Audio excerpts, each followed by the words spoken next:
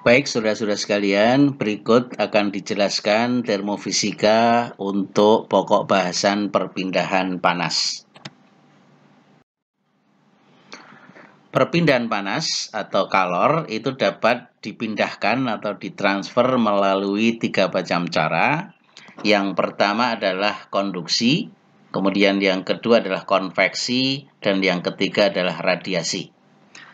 Contoh secara umum dari ketiga macam proses perpindahan panas ini, kalau kita memanaskan air dalam panci, kemudian di bawahnya ini tungku kita panaskan, kemudian ini ada logam ke arah tangan kita yang kita pegang, maka ketika dipanaskan itu panci akan panas, kemudian air juga akan panas, kemudian panas juga akan merambat pada pegangan. Nah, kalau panas itu merambat pada pegangan yang kita pegang pada panci ini, maka proses perpindahan panasnya dinamakan konduksi. Kemudian kalau di dalam zat cairnya ini mula-mula dingin, kemudian dipanaskan, maka akan terjadi pergerakan molekul yang panas naik ke atas, kemudian yang dingin akan mengisi bagian yang kosong, sehingga akan terjadi perputaran molekul air, sehingga semuanya akan panas. Ini dinamakan konveksi. Sedangkan dari tungku yang panas ini akan menyebar ke sekitarnya juga akan ikut merasakan panas, maka proses itu dinamakan radiasi. Yang pertama adalah proses konduksi. Proses konduksi ini adalah proses perpindahan panas yang terjadi dalam suatu material, kemudian dirambatkan oleh energi kinetik translasi molekul, tanpa terjadi gerakan dari medium. Jadi artinya mediumnya tetap tidak bergerak. Contohnya adalah terjadi pada konduksi metal atau logam. Ini sebagai contoh dalam gambar, ada sebatang logam yang kita pegang salah satu ujungnya, kemudian ujung yang lain kita panaskan. Nah, maka kita pegang logam mula-mula dingin, maka panas akan merambat sepanjang batang, karena ujung yang dipanaskan langsung akan panas, kemudian panas akan merambat. Nah, ini adalah proses konduksi. Proses konduksi itu terjadi ada beberapa macam. Yang pertama adalah aliran panas atau konduksi melalui batang. Kita tinjau batang sepanjang L, kemudian luas penampang A, kemudian temperatur ujung kiri T2 dan ujung kanan T1, di mana T2 lebih besar T1 sehingga panas mengalir dari kiri ke kanan. Nah, jumlah panas yang mengalir dari kiri ke kanan dituliskan delta Q per delta T.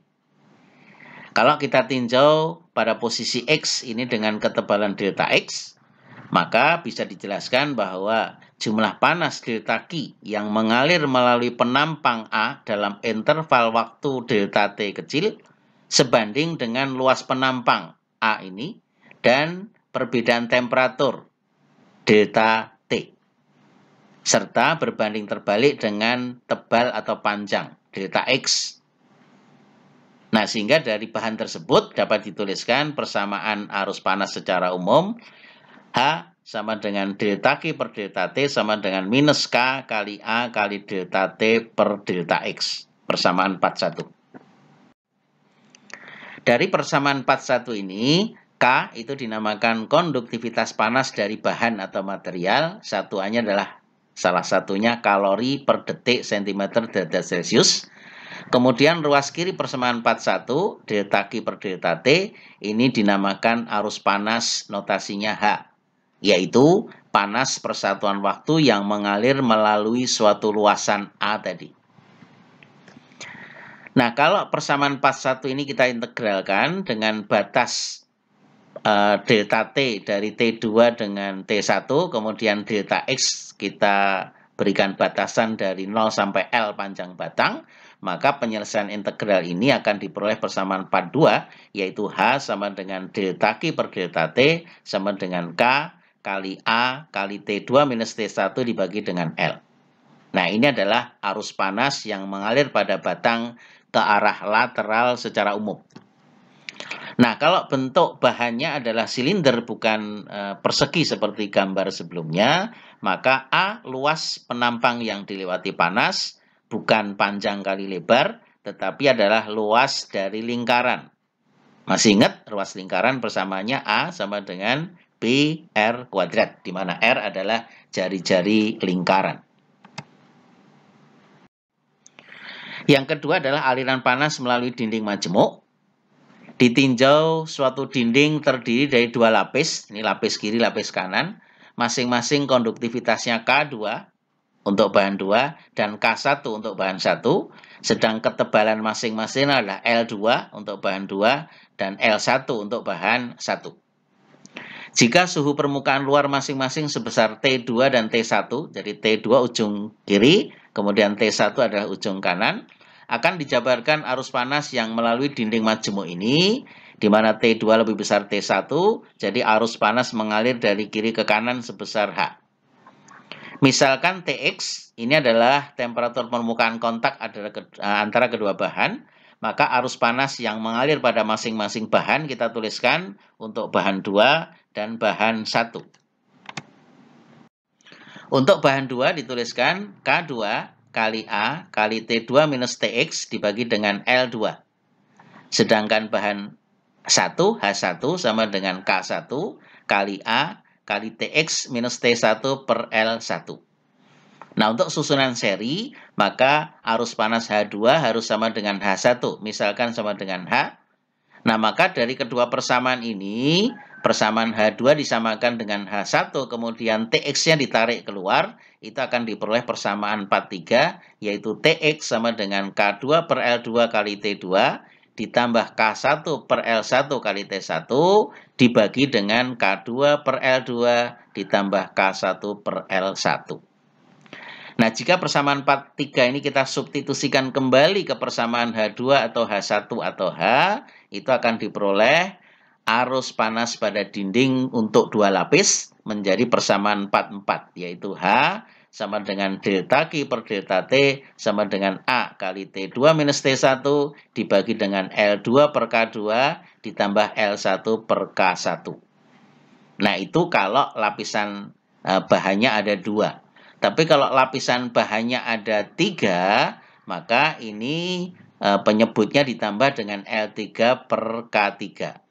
Nah, sehingga secara umum untuk dinding majemuk dengan N buah lapis, itu akan diperoleh persamaan 45, yaitu H sama dengan delta Q per delta T sama dengan A kali T2 minus T1 dibagi dengan sigma Li per Ki, di mana I berjalan dari 1 sampai N. N adalah jumlah lapis, bisa 2, bisa 3, 4, dan seterusnya. Kemudian yang ketiga adalah aliran panas radial pada bola. Kita tinjau dari gambar ini, dua bola-bola masing-masing dengan jari-jari R2 yang di dalam, suhu T2 yang di dalam, kemudian jari-jari R1 yang di luar, dan T1 temperatur yang di luar, di mana T2 lebih besar T1, jadi panas itu mengalir dari dalam ke arah luar secara radial.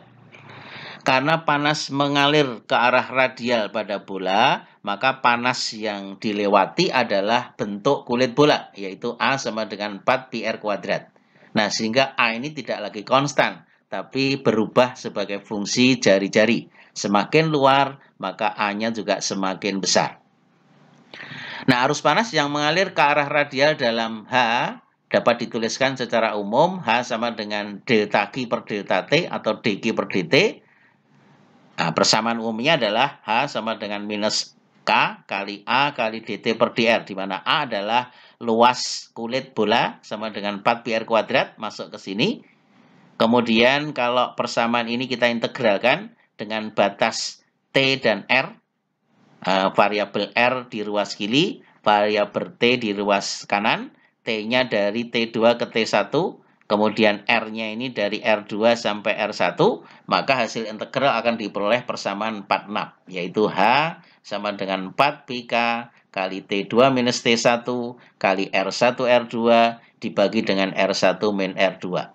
Nah, persamaan ini menggambarkan persamaan arus panas yang mengalir pada bola arah radial. Yang keempat adalah aliran panas radial pada silinder. Kita lihat pada gambar ini ada dua silinder koaksial, masing-masing dengan jari-jari R2 yang di dalam, kemudian R1 yang di luar, dengan temperatur masing-masing T2 yang di dalam, kemudian T1 yang di luar. T2 lebih besar T1, sehingga panas mengalir dari dalam ke arah luar secara radial. Nah, kalau bentuk bendanya adalah silinder, maka panas itu mengalir dari dalam ke arah luar melewati permukaan yang bentuknya adalah kulit silinder. Kita tahu persamaan kulit silinder ini kalau kita buka, maka luas kulit silinder ini adalah keliling dikalikan dengan panjang. Jadi kelilingnya adalah 2πr, kemudian panjangnya sama dengan L. Sehingga luasan yang dilewati arus panas adalah 2πrl. Nah, dari persamaan arus panas secara umum sama dengan minus KA kali dt per dr. Kemudian A-nya kita substitusi bentuk luas kulit silinder 2πrl dikalikan dt per dr. Kemudian dr-nya kita bawa ke ruas kiri, kita integralkan ruas kiri R-nya dari R2 ke R1, sedangkan dt-nya dari T2 ke T1, maka hasil integral ini akan diperoleh persamaan 47, yaitu H sama dengan delta Q per delta T sama dengan 2πkl kali T2 minus T1 dibagi dengan ln R1 per R2. Nah, ini adalah persamaan arus panas arah radial pada silinder.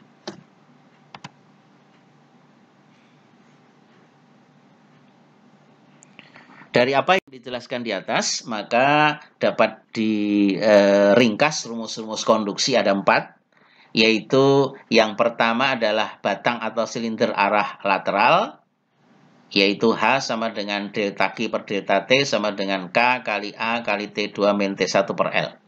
Kemudian yang kedua, ini mestinya 2, dinding majemuk, H sama dengan delta Q per delta T sama dengan A kali T2 min T1, kemudian dibagi dengan sigma LI per KI, di mana I berjalan dari 1 sampai N, tergantung dari jumlah lapisannya. Kemudian yang ketiga, ini mestinya 3, bola arah radial, maka H sama dengan 4πk kali T2 min T1 kali R1 R2 dibagi dengan R1 min R2. Sedangkan yang keempat, tadi silinder arah radial, H sama dengan delta Q per delta T sama dengan 2πkl kali T2 min T1 dibagi dengan ln R1 per R2. Nah, inilah 4 macam rumus konduksi. Kita harus bisa terapkan bentuk benda untuk menghitung arus panas masing-masing bentuk bendanya.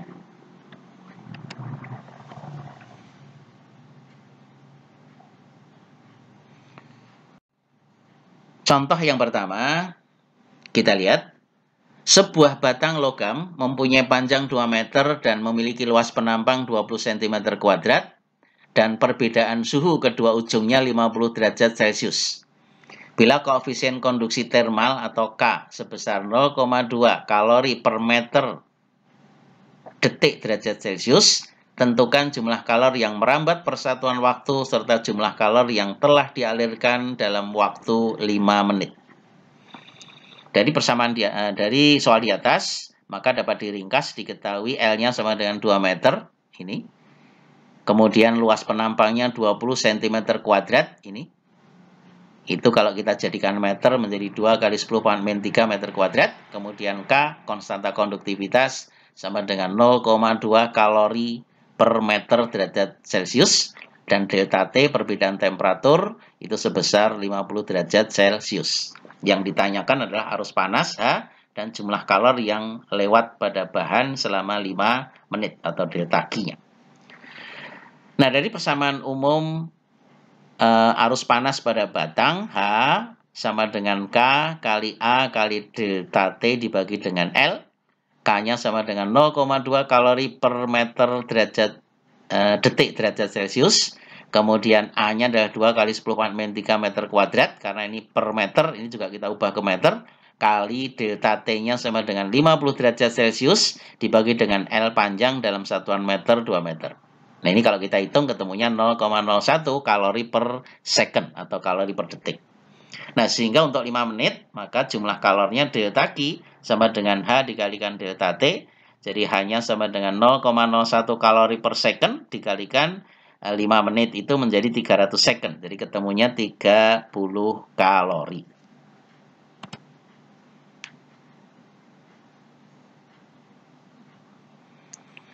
Contoh nomor 2. Dua batang logam yang sama ukurannya, baik panjang maupun tampang lintangnya, tetapi terbuat dari bahan yang berbeda. Kemudian disambung seperti gambar ini, bahan A, bahan B.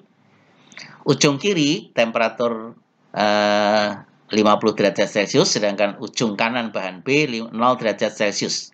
Misalkan suhu sambungan antara dua bahan itu sama dengan TA. Nah, jika konduktivitas logam A itu 4 kali dari logam B, hitung suhu pada sambungan kedua logam tersebut, atau TA-nya ini berapa?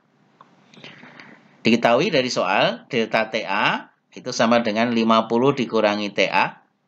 Kemudian untuk bahan B, delta TB-nya sama dengan TA dikurangi 0 derajat. Kemudian panjang LA dan LB sama. Kemudian KA-nya ini 4 kali dari logam B. 4 kali KB.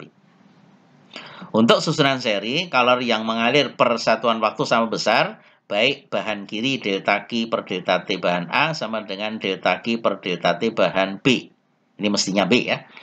Nah, penyelesaiannya dari persamaan ini, untuk bahan A sama dengan bahan B, berarti persamaan arus panas bahan A, KA kali AA per LA dikalikan delta TA sama dengan KB kali AB per LB dikalikan delta TB. KA-nya sama dengan 4 kali KB. AA dan LA sama dengan AB dan LB. Jadi ini habis, tinggal delta TA saja. 50 dikurangi TA sama dengan, ini KB, TA, delta TB-nya dikurangi 0. KB-nya bisa kita ringkas, maka tinggal 4 kali 50 min TA sama dengan TA min 0. 200 min 4 TA sama dengan TA, 5 TA sama dengan 200, dan ketemu temperatur sambungan TA sama dengan 40 derajat Celcius.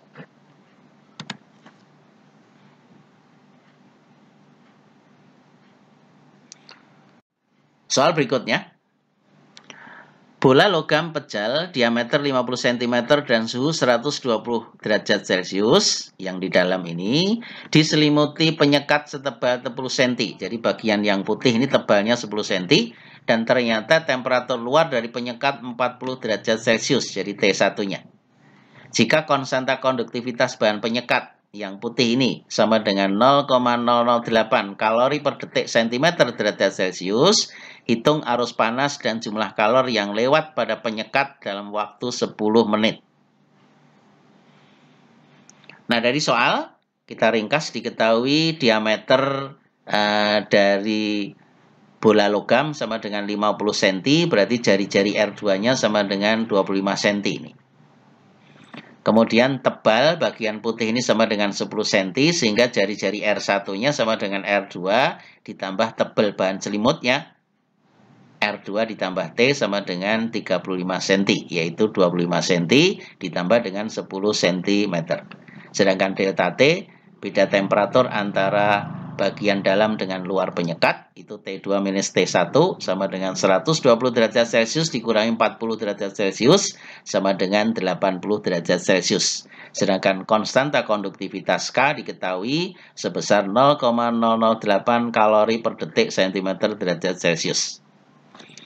Penyelesaian soal ini berdasarkan gambar yang ada, maka arus panas melewati penyekat sebesar H sama dengan 4 pika kali T2 min T1 kali R1 R2 dibagi dengan R1 min R2. Ingat, ini adalah persamaan arus panas arah radial pada bola. Nah, kemudian kita masukkan nilainya 4 pi kali K-nya 0,008, kemudian R1-nya 35, R2-nya sama dengan 25, kemudian R1 35 dikurangi R2 25, maka kalau ini kita hitung, ketemunya adalah 28 pi kalori per detik.